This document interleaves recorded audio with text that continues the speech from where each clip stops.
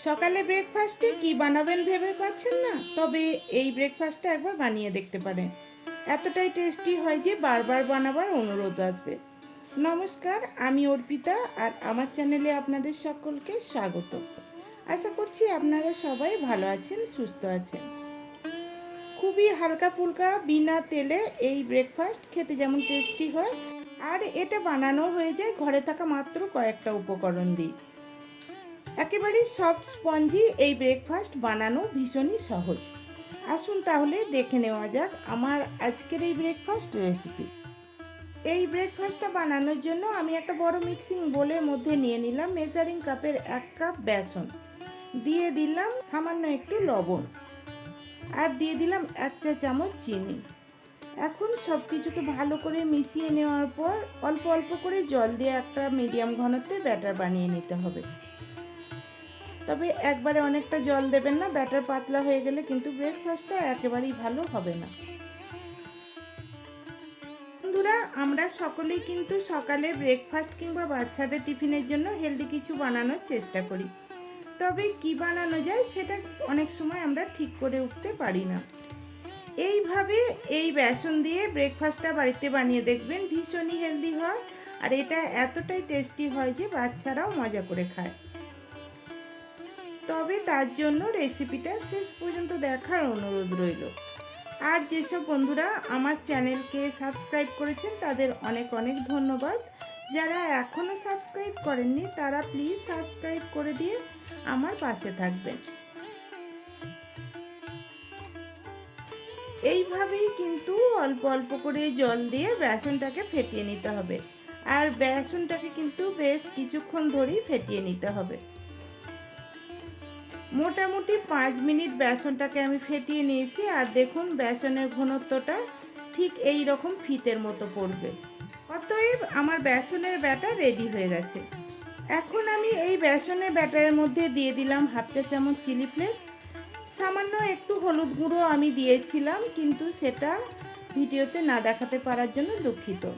2টো কাঁচা লঙ্কা কুচি দিয়ে দিলাম কিছু ধনেপাতা কুচি, আর একটা বড় সাইজের পাতিলেবু রস আমি এর মধ্যে দিয়ে দিলাম।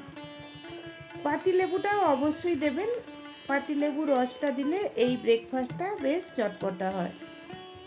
তবে লঙ্কাটা আপনারা আপনাদের পছন্দ মতো কম বেশি করে নেবেন, কেননা বাচ্চারা ঝাল পছন্দ করে না। আবারও সব কিছুকে ভালো করে বেসনের ব্যাটারের সঙ্গে মিশিয়ে নেব।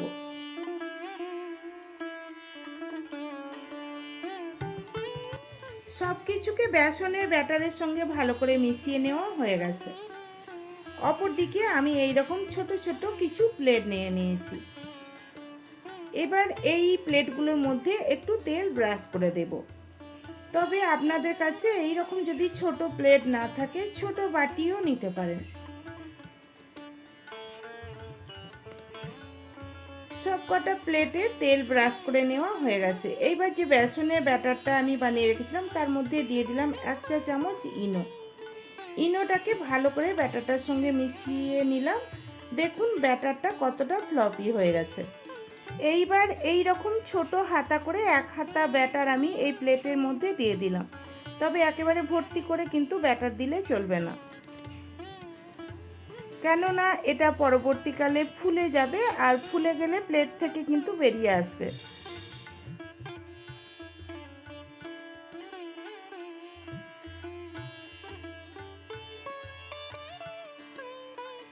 সবকটা প্লেটের মধ্যে ব্যাটার ভরে নেওয়ার পর এই ব্যাটার শুদ্ধ প্লেটগুলোকে আমি একটা ছিদ্রযুক্ত থালার উপরে বসিয়ে নিলাম। এখন এই প্লেট শুদ্ধ থালাটাকে আমি আগে থেকে একটা কড়াইয়ে জল ফোটাতে বসিয়ে দিয়েছিলাম, আর সেই কড়াইয়ের উপরে বসিয়ে দিলাম। তারপরে ঢাকনা দিয়ে মিডিয়াম ফ্লেমে এটাকে রান্না হতে দেব 10 মিনিট। 10 মিনিট পর ফিরে এলাম।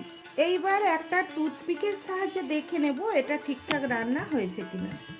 দেখুন টুথপিক কিন্তু একেবারে ক্লিন বেরিয়েছে, অর্থাৎ এটা রান্না হয়ে গেছে।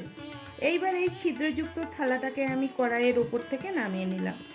তারপরে এগুলোকে কিছুক্ষণ ঠান্ডা করে নেওয়ার পর একটা ছুরির সাহায্যে এগুলোকে প্লেট থেকে তুলে নিতে হবে।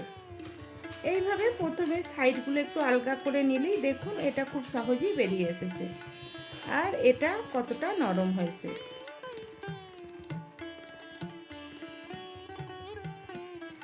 এইগুলো দেখতে কতকটা হয় ইডলির মতো, আর এটা খেতে হয় অনেকটা ঢোকলার মতো।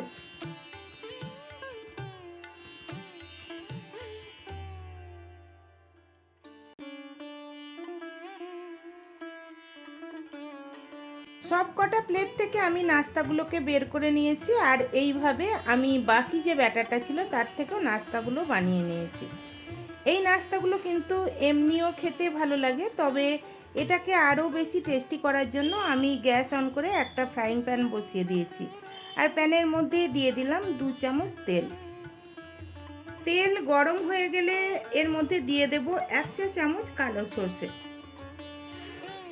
সর্ষেগুলো চটপট করে ফুটতে শুরু হলে আমি তারপরে দিয়ে দেব কিছু কারি পাতা আর 4টে চেরা কাঁচা লঙ্কা। এখন গ্যাসের ফ্লেমটাকে লো টু মিডিয়ামে রেখে এই ফোড়নগুলোকে 15 থেকে 20 সেকেন্ড মতো ভেজে নিতে হবে। তারপরে যে নাস্তাটা আমি বানিয়ে রেখেছিলাম সেটাকে এর মধ্যে দিয়ে দিলাম। এখন আবারও লো টু মিডিয়াম ফ্লেমে এই নাস্তাগুলোকে 2 থেকে 3 মিনিট একটু উল্টে পাল্টে ভেজে নিতে হবে। তবে না ভেজেও এটা খাওয়া যায়, ভেজে নিলে বেশি টেস্টি লাগে। নাস্তাগুলোকে 2 মিনিট ভেজে নেওয়ার পর আমি গ্যাসটাকে অফ করে দিলাম। তারপরে এই নাস্তাগুলোকে আমি গরম গরম সার্ভ করব।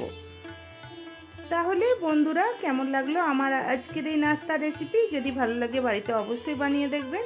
বাড়িতে বানিয়ে থাকলে কমেন্টে আমাকে জানাবেন কেমন হয়েছিল।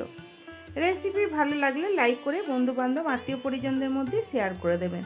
আর আমার চ্যানেলটা প্লিজ সাবস্ক্রাইব করে দিয়ে পাশে থাকা বেল নোটিফিকেশান অল করে রাখবেন, যাতে আমি ভিডিও আপলোড করার সাথে সাথেই নোটিফিকেশান আপনাদের কাছে পৌঁছে যায়।